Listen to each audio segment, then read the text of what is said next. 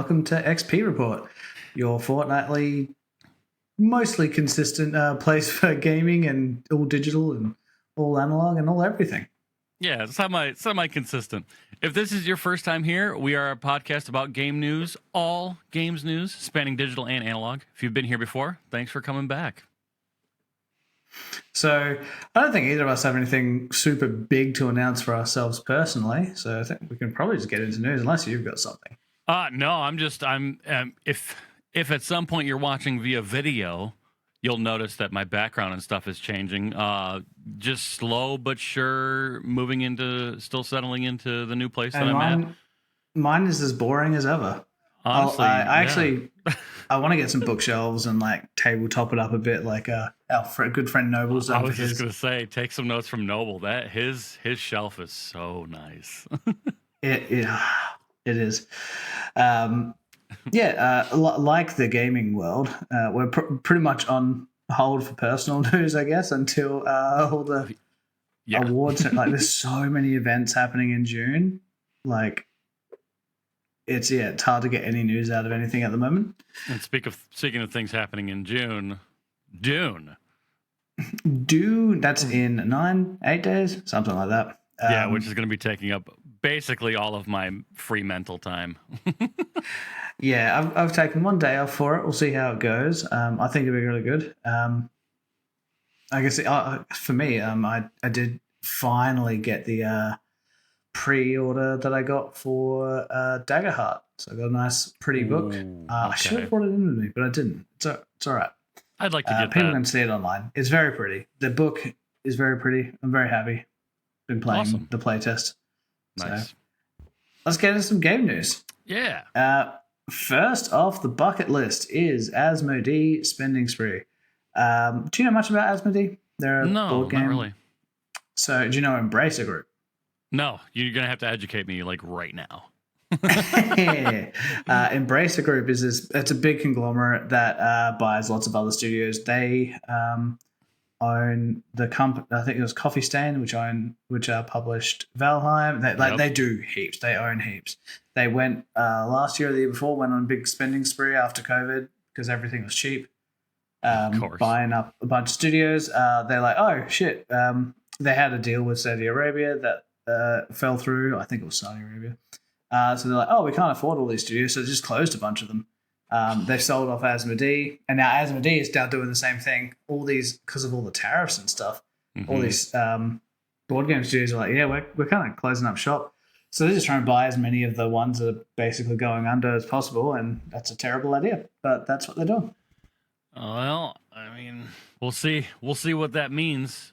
I guess so. It really is like they're going under anyway, right? It's probably not great for Asmodee, but it might keep a couple alive?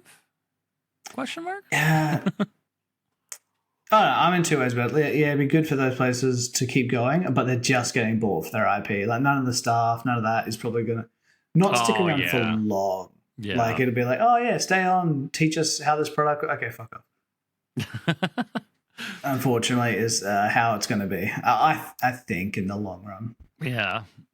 Speaking of tariffs and price changes and stuff, I don't know if any of you have heard the Borderlands CEO, Randy Pitchford, in my opinion, trying his best to condemn Borderlands 4 with his controversial statement about the game possibly costing $80 at launch, saying...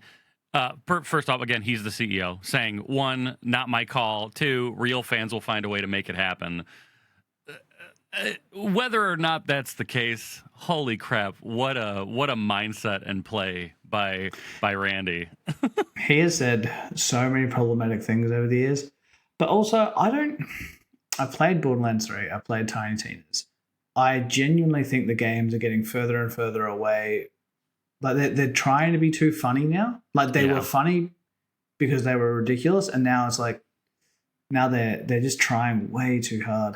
Like, Borderlands 3 was graphically, I think, pretty good, but I don't think it did not hit the same as 2 for the story and just craziness. I was just going to say, yep, I played 1 and 2. I played 2 religiously. Like, that was the one that took hours and hours out of my life. And then 3, I played with my buddy, and we barely got into it. We might have put 8 to 10 hours into it, and that was it for me. Tiny Tina's, I only did, I think, 2 sit downs of that. Well, Tiny Tina's like loved the story and stuff, but you could tell they put. I want to say like the devs probably put a lot of effort into it, but like as a game concept, they turned it into a medieval fantasy thing, but kept all the guns, but like made it so you could equip a melee weapon into the melee slot. So it just felt really janky. Whereas it's like just give us actual melee weapons so we could be a melee class and things like that. Like there's little things like that where I'm like, they've just reskinned Borderlands. They haven't made a purpose-built game for this. Yeah, and that's tough because it is clashing with itself at that point, making it, like you said, janky. That's meh. Yeah. We'll see how Borderlands 4 fares, but maybe we won't, because I'm one of those people. I can't buy a game at $80. I just can't justify it for myself. And for you, what does that even mean for you? Like, what would the cost be for you guys? I think 120, 130. That's a lot. How much was the Mario Kart World? Was that $80? Yeah, 80 digital, 90 physical. Yeah. Yeah, I was at the store with Archer the other day. It's $119 AUD, which I'm like, look, we're getting it, but damn. But that's the only Nintendo game you're getting for a little bit. Yeah, so we're probably not getting but that one will last us as a family a long time because like Archer loves Mario Kart. What's going to be your next Nintendo title though? Donkey Kong? Donkey Kong after that, I reckon. That also looks very good. That is actually the problem. Nintendo will release these amazing things that you're like, fine. But see, they can kind of back that up. Whereas, again, Borderlands, it feels like, and like, don't get me wrong, Borderlands 4 looks great. It looks like it's going to be visually pleasing, but I have not been sold on it whatsoever. Like, it doesn't look like it's going to push the IP forward, you know?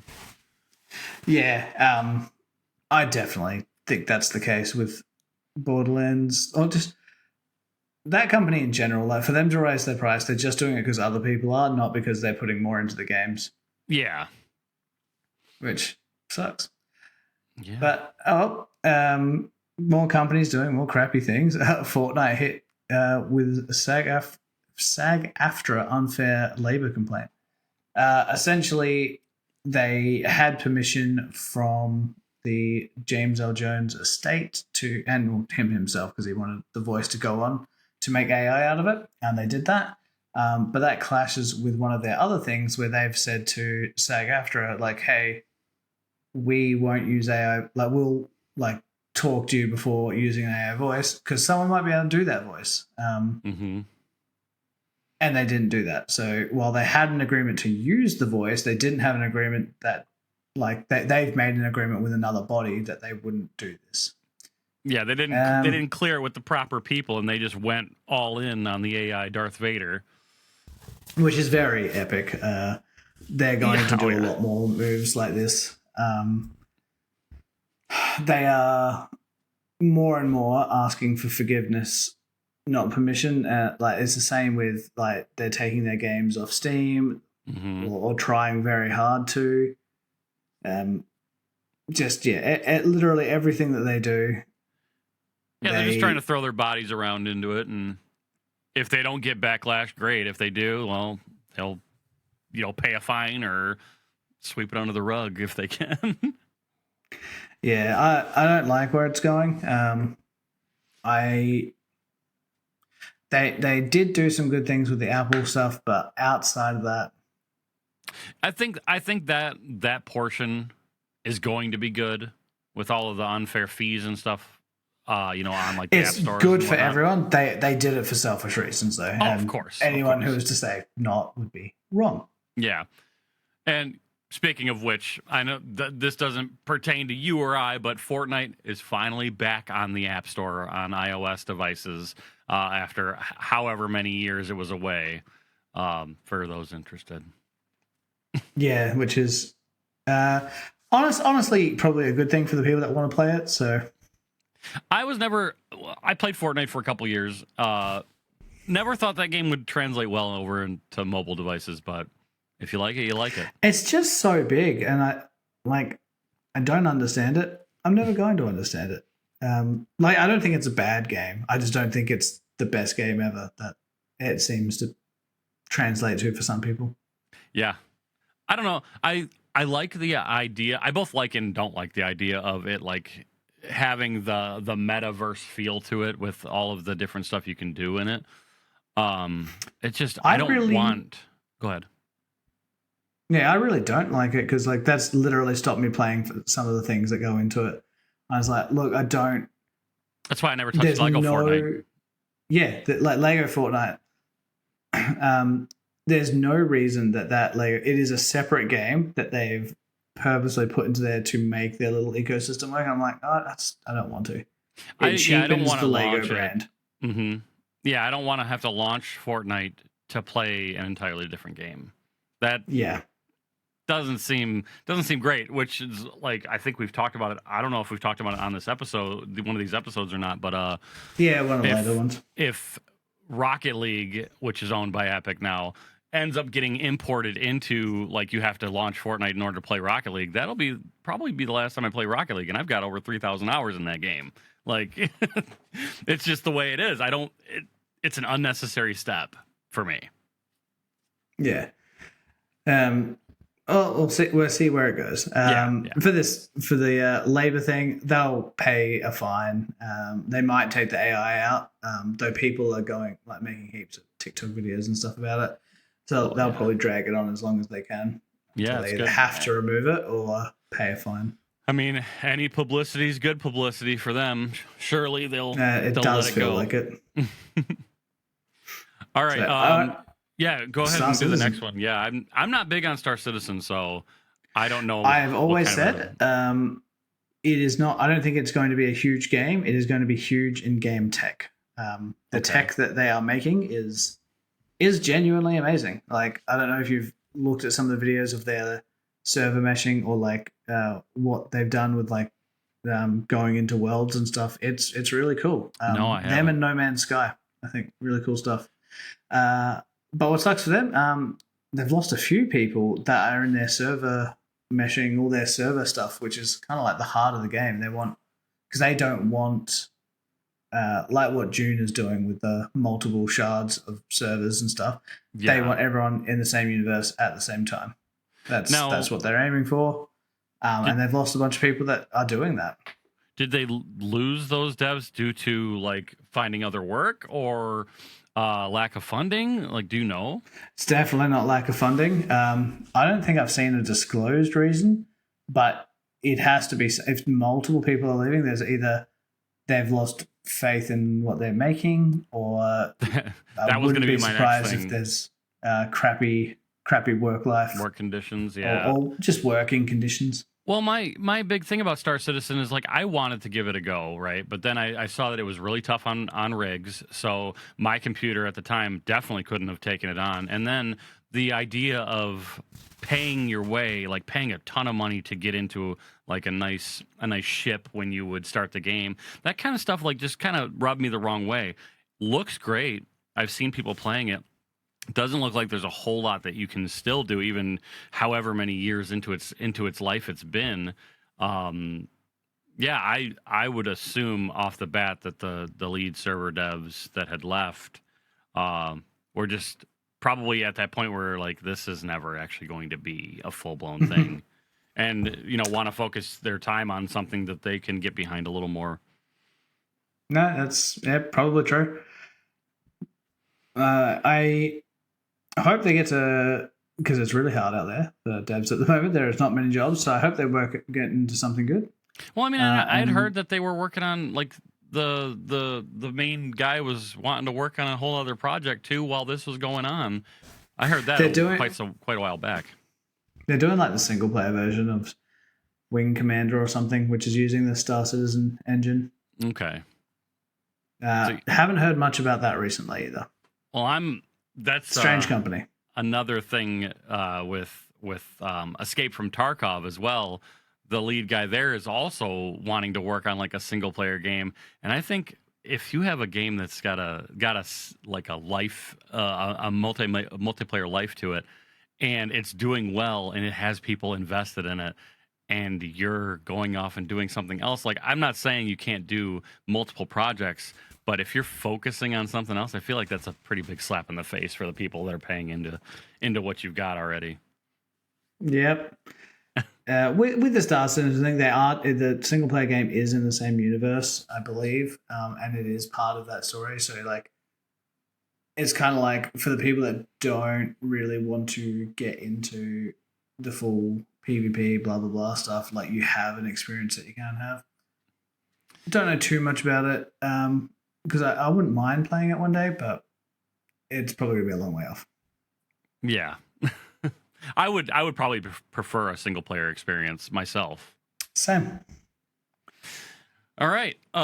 Moving on. I don't know if anybody here has played Stellar Blade. I have not, because for the longest time it was a PlayStation exclusive. But it got a confirmed sequel that might arrive sooner than we think. I still want to get Stellar Blade because it finally made its way, I think, to PC. I think it's actually either available now or will be made available soon. And it looks great. If you've ever played a game like Stellar Blade comes out June 11th on PC. But if you've ever played like June. Yeah, well, yeah. I'm not gonna even think about anything after Dune comes out for the foreseeable future, I'm sure. It's kind of gonna be like what Path of Exile 2 was for me. It's like 30 days straight, don't sleep. That was insane. I did a lot. I don't foresee that being Dune, but yeah, Stellar Blade sequel has been confirmed. Again, if you've played it, you know what to expect. If not, it's a lot of people were comparing it to Nier Automata in terms of gameplay and style. So look forward to that. Yeah, it's pretty good for people that are into those. Definitely not my type of thing, but like I can see why it is some people's type of thing, and I'm glad for them. Warhammer, also not my type of thing. It's too expensive for me to get into. Same. But the video games I have liked. But yeah, the Warhammer company, they had their like anniversary. They're saying they're bringing out one of the Dawn of Wars again. New games. They did a staff bonus, and I read somewhere that. Because they had insane profits because their stuff is so expensive. But they like some people got like half a year of their wages like as a bonus, which is they're not paid great to begin with, but that's still like better than any company I've seen in the gaming industry or tabletop industry in recent years. It's refreshing to see. What was it? It was multiple millions of dollars, right? That they had given back to their staff. 27 million. 27 million. Just to its staff, yeah. It's refreshing to see. Something so successful as Warhammer doing this. I hope it sets an example, which it probably won't, but I hope it does for other bigger companies. Yeah. Also in their thing, just interestingly, they make hundreds of millions off of their tabletop Warhammer, like their actual wargaming stuff. And apparently they only made 31 million off their video game licenses. And I'm like, oh my God, like people spend so much on that stuff. I've heard it's among the most expensive tabletop experience you can have. It really is. It like the people that are into it, I'm like, I just want to buy a house and not have a Warhammer army. People work to live. These people work to Warhammer. Yes. I just imagine them taking in like a suitcase full of Warhammer to the bank, like, here is my house deposit. Yeah, no. But yeah, they're ride or dies. If you're in it, you're in it. So, I mean, good on them for having something that they like so much too. Yeah, Warhammer, the hardest difficulty of the tabletop hobby when it comes to the life. end game, yeah. Speaking of difficulties, Liza P is getting a bunch of new difficulties, apparently. They want to open it up and make it more accessible for people that had a hard time with it, because you played it. It was a pretty hard game. So I wish I had played it when it came out, because I guess that they they had watered down some of the bosses post-launch due to the epic difficulty of certain enemies. But for me, I don't know what it was like before, but it felt just as difficult as any other Souls game that I've played. I would say it wasn't as hard as Elden Ring towards the end of Elden Ring, especially the DLC of Elden Ring. I haven't played that yet, but I've seen, and it looks obviously, like Radon. Some of that stuff looks incredibly hard. I wouldn't say Lies of P is on that level of difficulty, but the game itself was incredible. And the fact that they're getting a DLC and the difficulty options, I think is a good move because we had First Berserker Kazan come out, it's like a hack and slash Souls game, right? They had difficulty settings, and I think that's important for them to capture multiple styles of gamer. I still think that Kazan game that you're talking about was more like God of War than it was a Souls-like. It definitely was. I said it before. It's like they adopted some Souls features, like recovering your lacrima or your souls. That was probably the most Souls thing in the game. Other than that, it was more like a God of War. As for the difficulties, I'm very glad. I think, especially Lies of P, I think like that had a world and lore that I know a lot of people would get into, but the difficulty would have kept them out. Oh yeah, because the game is punishing. It is. I've said it, especially after I beat Lies of P. It was the most Dark Souls game I've played that wasn't a Dark Souls game. It was very good. Yep. Yeah, no, but I'm glad. I think that a lot of other, I know Dark Souls won't do it, like From Software won't do it, but anyone that's going down the Souls path should, I think, offer difficulty options if they want to reach the most people. I think that is good. I'm in two camps about it. I want games to be accessible, but then I look at something like Hollow Knight or Elden Ring, and like the design, like the people who have made this game have designed it a certain way, and I know a lot of people will say like difficulty doesn't go into story, but to me, like especially playing Hollow Knight, like there's just something about me dying to a boss 50 times and then finally getting it. Like there is no better rewarding feeling, I will say. Yeah, like the feeling I've gotten from that is just insane. Yeah, that I know if it was easier, I would not have gotten that feeling. And that's what they've designed it for. They've just actually designed these bosses to be hard, not just challenging, like hard. I mean, and that's what I've explained to people too. Like I play games for their difficulty. I play games to get that dopamine that you get from overcoming something that a lot of people probably wouldn't spend as much time trying to achieve. I'm not someone who plays hard games usually either. Just some of them like really get me, and like I can see it from both angles, and it's a hard decision, I think. Yeah, but if it has like Hollow Knight, if it has a compelling story and lore behind it, it also drives your want to get to the finale. That's true. Nintendo Switch 2, you will be able to use a mouse with it, and a USB mouse. I still don't know how I feel about them even considering putting mouse into like. It's so abstracted to like, where am I playing a Nintendo Switch 2 where a mouse is usable? I'm playing on my couch. I'm playing handheld. I'm like, in both those circumstances, I'm not getting a mouse out to play something. Yeah, I think the worst part about that is like, you're going to be able, even if you don't use the mouse, like an actual mouse, having to put your Joy-Con down on a surface to play like certain mini games in Mario Party or something like that, or in Zelda, like where is that going to be practical, especially if you're playing handheld? Yeah, I can see just in a boardroom somewhere, someone thought this was a really awesome gimmick, and like it is cool that like you can put a USB mouse with that. The feature itself, though, I'm just like, this is, I think, a waste of time gimmickly. It's going to be one of the ones where like the first 6 games they bring out will have it because it's part of the new gimmick, and then you won't see it for the rest of the life cycle. No third-party people. Only third party. If someone like Civilization's like, oh, we can release on Nintendo now. They have mouse like that, maybe. But, It Call won't be of Duty is not practical, going to yeah. be like, oh, you can use a mouse on the Switch. No, it's just going to be the normal joysticks. They're not going to implement these features because they don't feel good, and it's going to be like, why would we implement something for 0.01% of Switch users will use? That's like the Xbox Connect. I swear that thing got little to no use. After it had come out, I was like, "Oh, this is so cool!" And then maybe within a month, it was disconnected permanently from the Xbox. Like, oh, it's drawing more. It's making your performance worse. Yeah, I feel like that's going to be a similar situation. Like, plugging a mouse into my Switch is not going to be practical, and I'm not going to want to do it. No, not practical at all. Yeah, that'll do it for the news for us. We had quite a bit actually. Yeah, like a lot of adjacent stuff. Yeah, I think to the games industry. Yeah.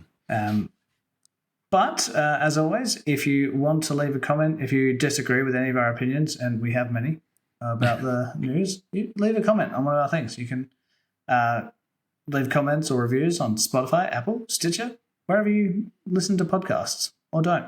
Maybe download it off of a friend's computer as an MP3 and listen to it illegally. It's free, so I don't even know if that's illegal. But however you want to listen to it. Check us out anywhere you want to listen. Yeah, Charles has said in one of our last episodes, Discord is a central part of my life. I am going to be absolutely livid if it dies. However, I've been exploring Guilded with a very similar program to Discord. I think a lot of people feel that way about Discord. If it goes, like, there's just going to be so many people that don't know where to go. I mean, you've been warning me. I know that I think the warning signs are there. Oh yeah, I know. It's just, again, like built communities strictly in Discord. People that don't even like frequent other platforms are just living in there, and it's really hard to accept the fact that you have to find somewhere new. Or you should, at least. It's going to be so stagnated and so split. I think there's going to be a few. I think what's going to happen is when like the writing really goes up on the wall, there's going to be a few companies that come up. There's going to be things like Guilded that try and take some. There's going to be new people in places. And it's going to be like, oh, hey, come join my community. Oh, I'm not on that one. Do you have a community? Like, I think creators are going to have to open up communities in different places, and it's just going to be such a wild west for a bit. It's going to be hard, and the ones that do come up, when you, like you said, the writing is actually clearly on the wall, they're not going to understand what goes into creating something similar to Discord too. So those might be. I don't think Discord understands it anymore. So yeah, that's true. But I mean, like just if they want to offer similar things, like video hosting and file hosting and things like that, where the server costs are going to be coming from. What I want, and Discord sort of offers this, but they've just got so many bad things around it that it doesn't work. But I want Patreon/Discord. I want a place that like they're not doing ads, they're not trying to do IPO for revenue. They're like, hey, you can give your the streamers or the people that you're in their Discord server a subscription each month to pay for it. Like you could have your Patreon within that platform. I think would be really good. To do that though, I think with something like Discord, they'd have to get rid of a lot of the crappy features they've added because it just feels too bloated. Yeah, it's seriously watered down at this point. There's so much going on, and I don't use Discord for probably 90% of what they show me that I can do. It's not again, not practical in a sense. We just I like it for its forum-based feel. We can just have live chats, share some photos and videos with one another, hop in a VC if we want, and that's that. I love that simplicity about it. And yeah, every time they add something that just doesn't need to be there, I'm like, why? Yeah. Why? But back to Chel's comment for Guilded. I think my biggest problem with Guilded is I liked where it was heading. I thought it was a much more feature-round, feature-complete version of Discord.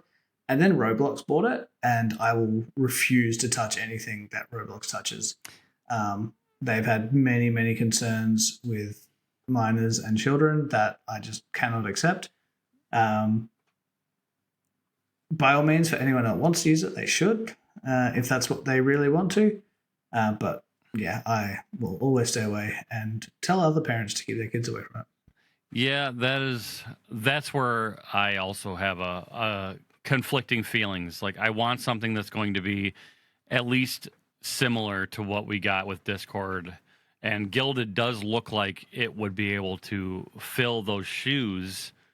But anytime I look at anything involving Roblox, that's all I see, and that's tough. That's really tough. I didn't even know that until we had talked about it prior that Roblox had bought Gilded, because that was my initial years ago thought. Yeah, was to try out Gilded, and that's a tough sell at this point.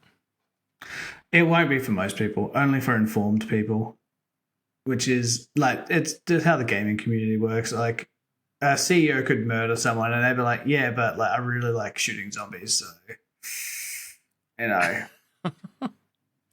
Yeah. Gamers. We're a different breed. Most of us. Some of us, like you said, well informed, make educated decisions. That's definitely not me.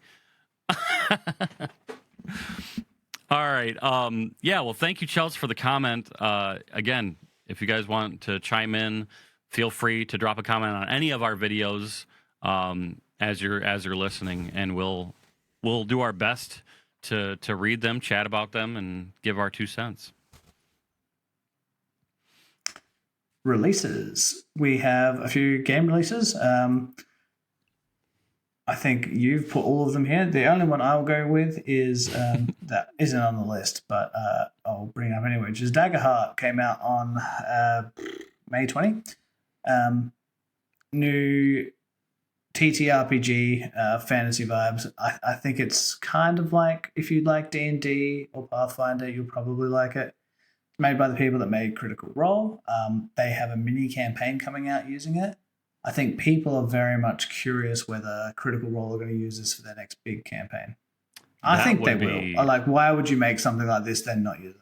I was going to say, that would be the smart move on their part, even if it didn't pan out like their previous campaigns have. It would be a good way for them to showcase the capabilities of it, at least. Yeah. I was going to ask you, because you've participated in some playtests. I don't know what you can talk about. Do you think it is a viable, like, alternative to traditional D&D? Oh, absolutely. Okay. I think anything is, though. D&D, I think it's just what people know. But I think each group is going to have a better, like, there's going to be a TTRPG out there that's specific for yours. A lot of people will play, they might just do the campaigns in D&D, but some people play it and then add a bunch of rules or homebrew stuff. There's probably already a TTRPG out there that does those things for you. You just haven't found it yet. Okay. And for people that like a lot more story crafting, dice rolls that affect the story a bit more, I think Daggerheart is much better for that. Okay. I want to look more into it, because I, as you know, am a newcomer to experiencing D&D and TTRPG in general. So it'd probably be better for me to, like, check out Daggerheart, because I'm going to be a sponge to this kind of stuff to learn it. It would be fun to check out. As far as other releases, I'm just going to kind of rifle through most of this stuff, because this is just like recent releases over the last 2 weeks. We got Onimusha 2 remastered. This is basically in preparation for Onimusha Way of the Sword coming out soon. Tainted Grail, The Fall of Avalon is hit its 1.0 release, which people are calling a dark themed Skyrim.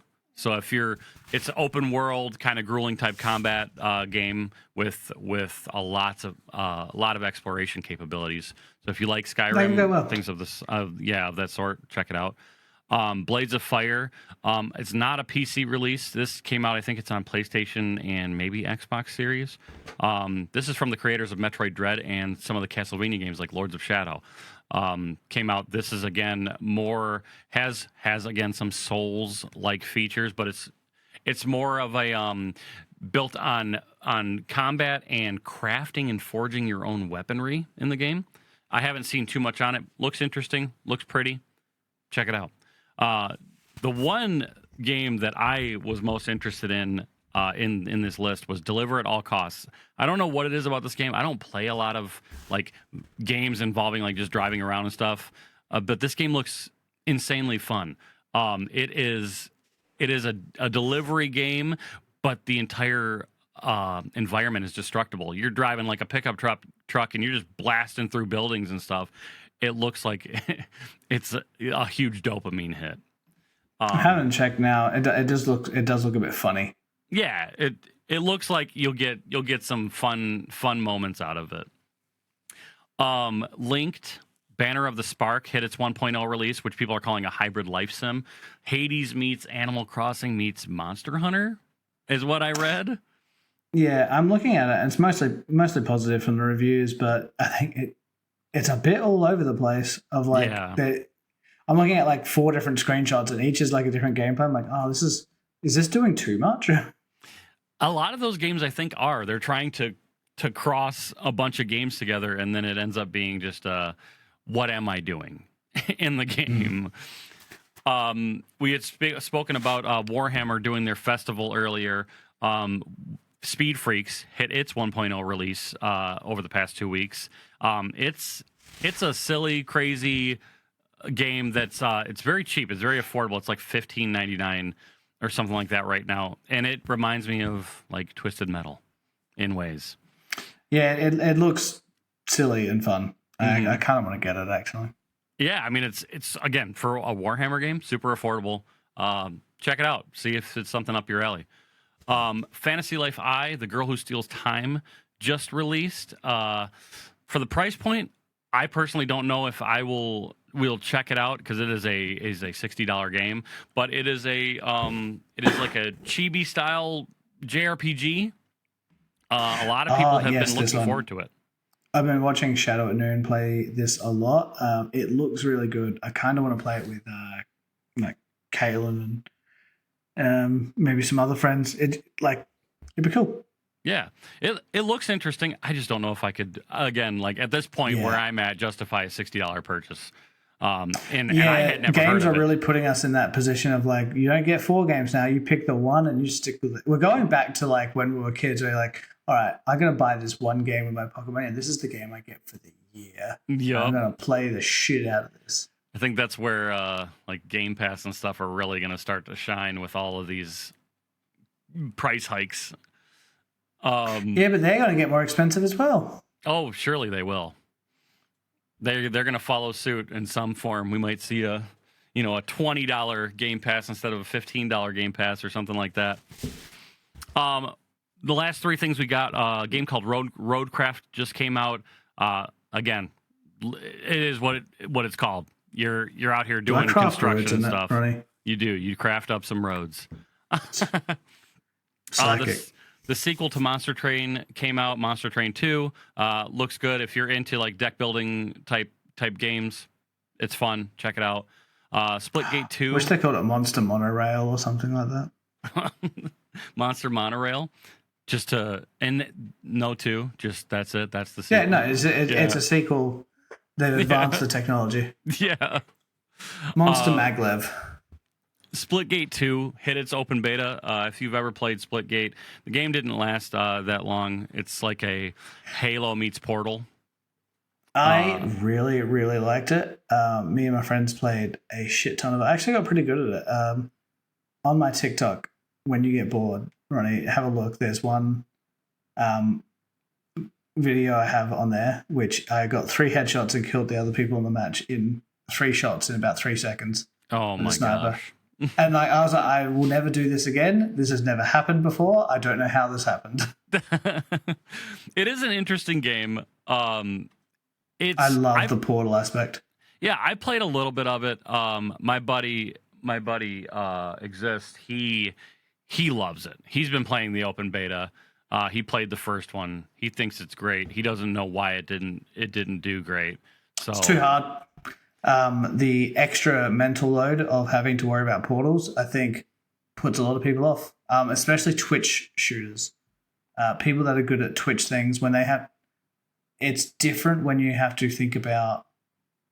I think it's different when you have to think about, like, well, I've set up in a good spot, but the map literally can change because of the portals. The walkways aren't the same. Like, it takes your ability to be a good Twitch shooter out because someone can just outsmart you. Yeah. Yeah, it's a lot more of a mental game than and problem solving game than just a shooter. You know, people can find on every map the perfect angle to throw your portals out and just have everything on you.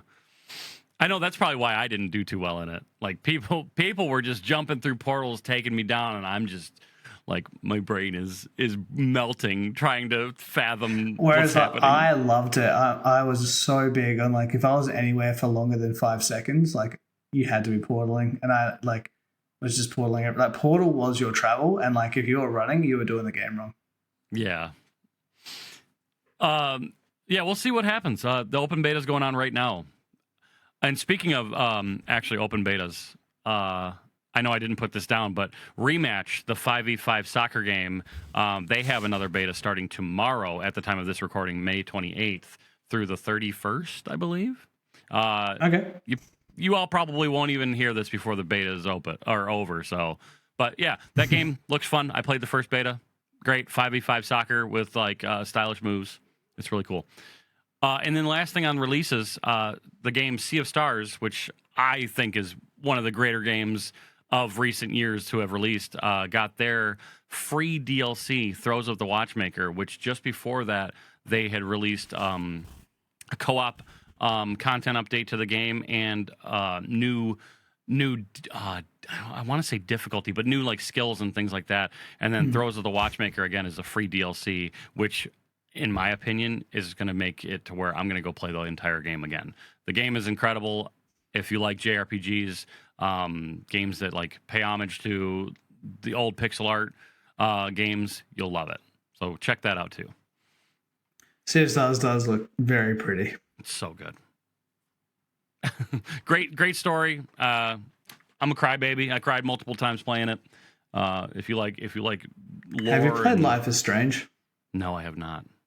Do not play Life is Strange. It is an excellent masterpiece. Do not play Life is Strange. Oh gosh. Yeah, I've been told I should. My big thing is like narrative driven games are hard for me. But this one I don't think would be, because narrative driven games that aren't voiced are really hard for me. Because the more I talk, I'm sure you've noticed, the more I yawn. I can't help it. I think I don't know how to breathe correctly when I'm talking a lot. So I tend to steer away from narrative-driven games. But this one I know is like heavily voiced, so maybe. Yeah, it's if I'm looking for a good cry. Cinematic on rails experience, kind of. Okay. But last, that is it for our releases. And there seems to be a few. We're going to get so many in a month. Or at least release news. That's going to be insane. So we'll definitely catch up for that. Yeah, and we'll try to keep you all up to date as best we can. Yeah. So listen. Tell your friends to listen. Yes. We've got two things that we wanted to talk about because we like talking about crap. For me, brick and mortar stores. I know that EB Games in Canada just like got bought out and they're going to be reopening or something. Thinking about the EB Games here, and what is it you guys have over there? We had EB Games for a while, but it's GameStop. GameStop, that's the one. Yeah, like the EB Games here and the GameStop there kind of have a similar problem of like they don't know what they're doing anymore, and not in like they're unqualified, but like people would just buy so much stuff digitally. Like even like collector's editions, I would go there, but now I'm just ordering it online and getting it to my door. I was gonna say any collector's edition I've got in recent years has been directly from whoever's publishing it. Yeah. So like, I think the only thing I've gone recently is to buy controllers because, like, when I want to get a controller, I'm like, I actually need that controller today. Right. And even then, I don't need to go to one of the specified game stores. I can just go to your equivalent of a Walmart here. I was going to say a Walmart, yeah. Like a Target, Big W here, or like you have Target over there. Like big box store type of thing. I can just go and they'll have a section that'll do it. Yeah, because they've got a little bit of everything, so that'll fit your need. So I don't know what, like, they've been struggling for years, I think, to find their identity, and I think they're losing it more and more every day. Can you see a thing that they'll stick around for? I mean, no, because I just saw something announcing that a bunch of the GameStops here are closing down. They're more and more every month. Yeah, there's no true need for it. Like, people.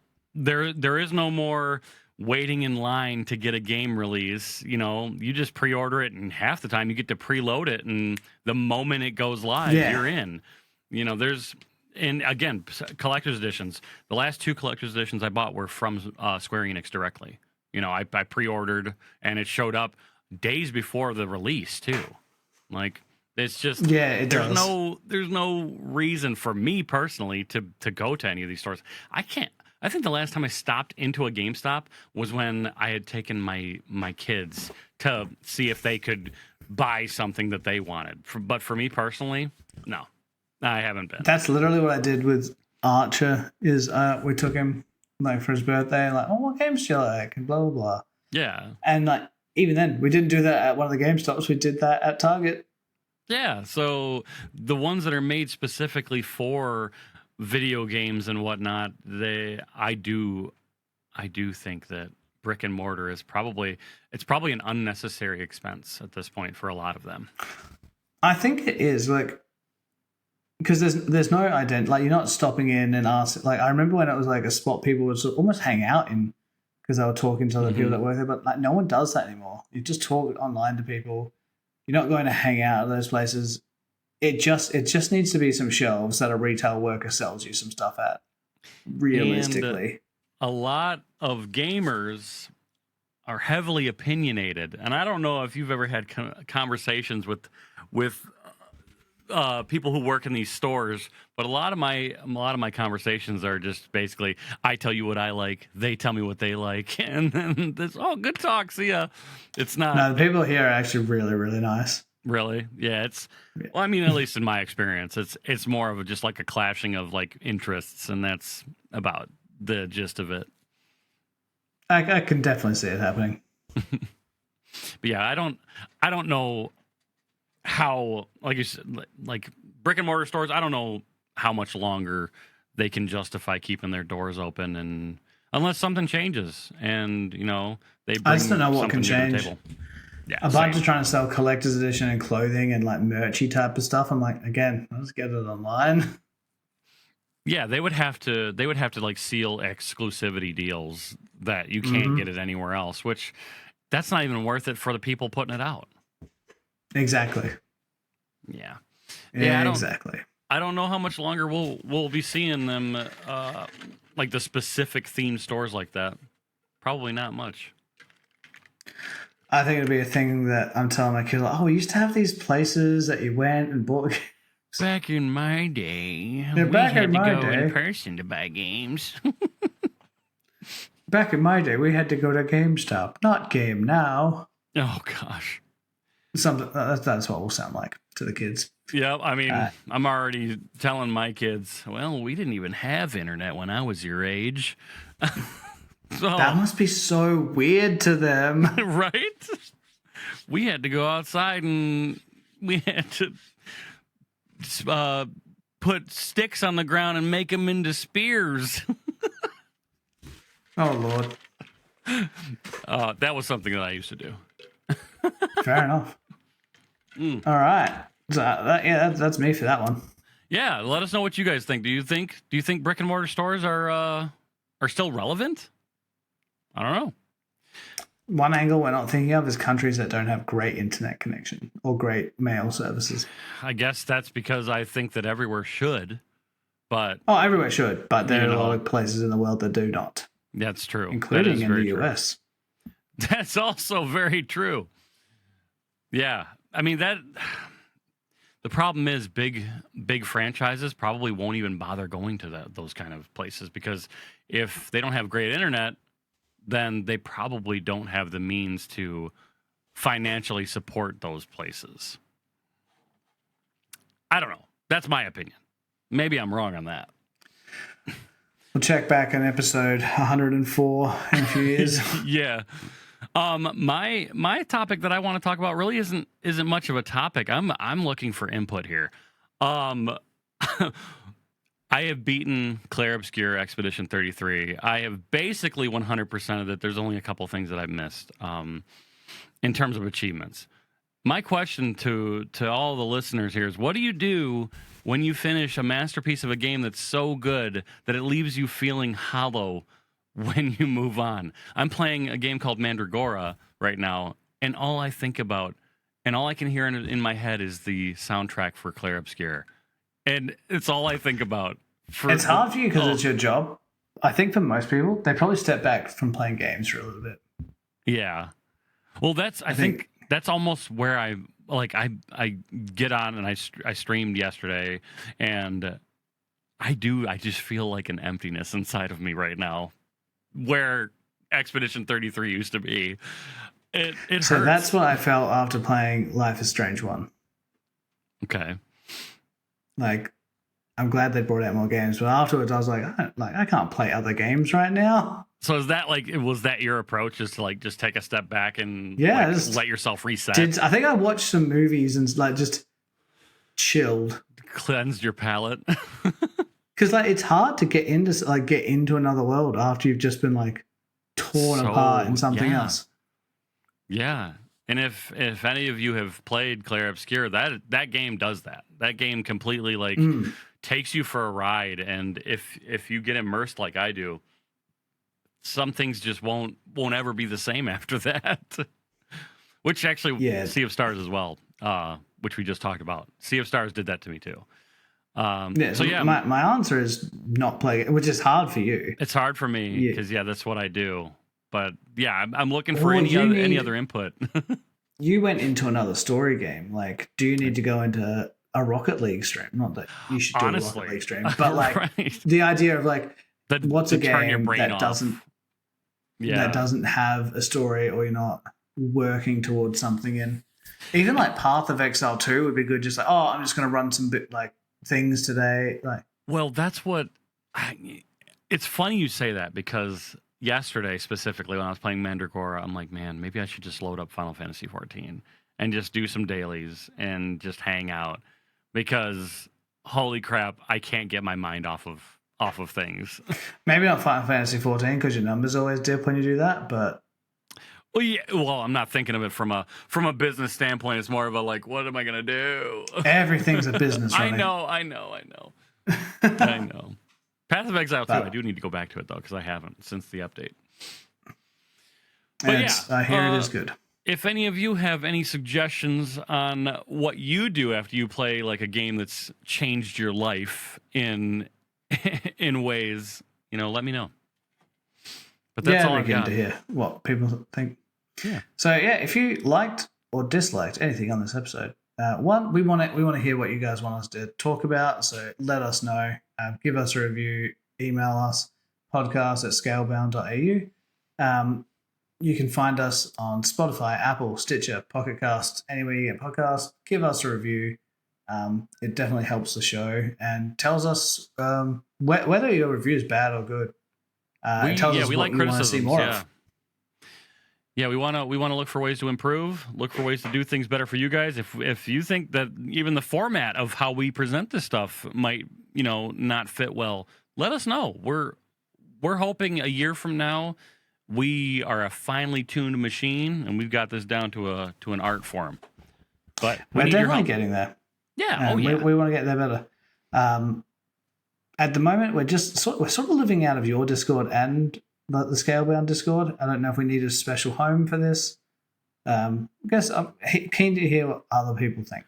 I'd love for that to be something we absolutely need sooner than later. To have an XP report, not Discord, but a home for everybody to hang out and share information. You know, it would be great if we had somewhere that we just dipped into for talking points rather than our show notes that we look at. You know, if we have something from the community and things like that we can talk about, that would be great. That'd be really cool. Yeah. Oh, we could always make a subreddit. We actually could. And we probably should. That would be a nice starting point for us. I think it would be. All right. We'll catch you next time, though. Thank you for tuning in, and we'll see you next fortnight. Yes. Take care.